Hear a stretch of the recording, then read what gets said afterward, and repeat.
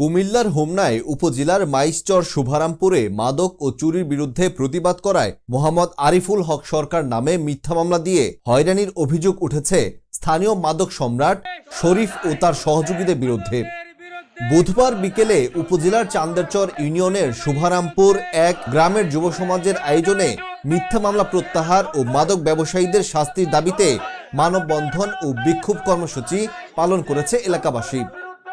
মানববন্ধনে মাদক বিরোধী নাগরিক ঐক্য পরিষদের সাধারণ সম্পাদক মনোয়ার সরকারের সঞ্চালনায় বক্তব্য রাখেন চান্দেরচর ইউপি সদস্য মোহাম্মদ হেলাল উদ্দিন, বিশিষ্ট সমাজসেবক কামরুল হাসান তুহিন, সমাজসেবক মোহাম্মদ বাবুল সরকার, ৫ নং ওয়ার্ড বিএনপির সাধারণ সম্পাদক সাইদুল সরকার, হোমনা মুক্তিযোদ্ধা সন্তান সংসদ কমান্ডের সদস্য মোহাম্মদ পাভেল সহ আরো অনেকে।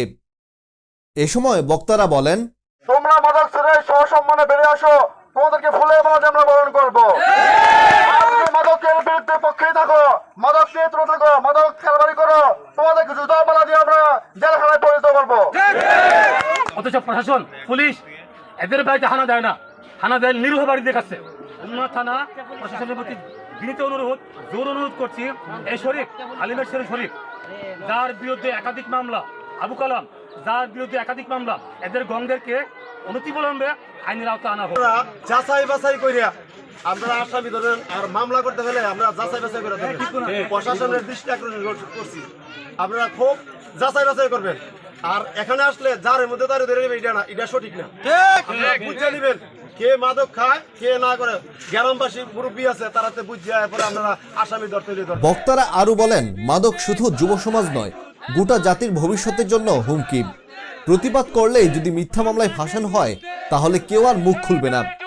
এই মিথ্যা মামলা প্রত্যাহার ও মাদক সম্রাট শরীফ ও তার সহযোগীদের বিচারের আওতায় আনতে প্রশাসনের প্রতি আহ্বান জানান এলাকাবাসী।